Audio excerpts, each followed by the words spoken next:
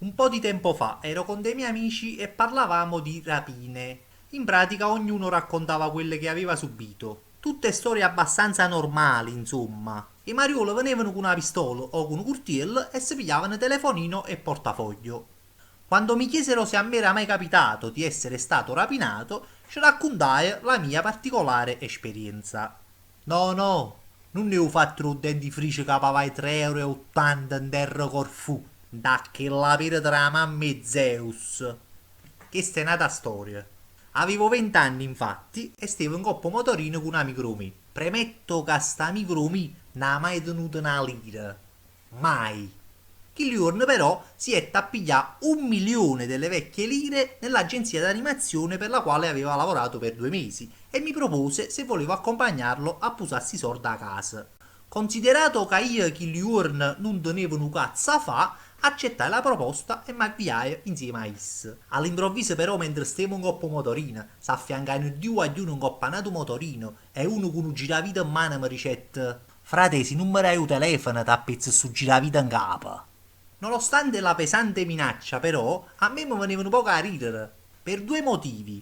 Il primo è che io tenevo un casco integrale che mi richiamava in capo in mancanza d'altro. E quindi pensavo che se chi si voleva fare un buco in capo, aveva da tenere in mano perlomeno un trapano. Perché con giravita chi lo casco mi potevo solamente svitare. Il secondo motivo era che in tacchi periodo stava talmente inguaiato che non teneva nemmeno i soldi per comprare il telefono mica si era scassato. E quindi camminava caschetto dell'Omnitel in da sacca. Che speranza che qualche compagno mio mi faceva mettere un po' in tuo telefono suo per vedere se era ricevuto qualche telefonata o qualche messaggio. All'epoca la Vodafone si chiamava ancora Omnitel e insieme alla Team erano le uniche due compagnie telefoniche d'Italia.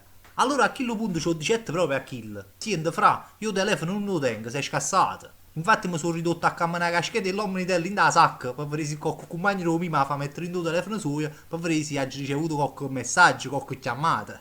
Sicuro che se te pozzerà. Ma secondo me chi da tutta la carriera sua di mariuola, una risposta del genere non l'avevo mai ricevuta.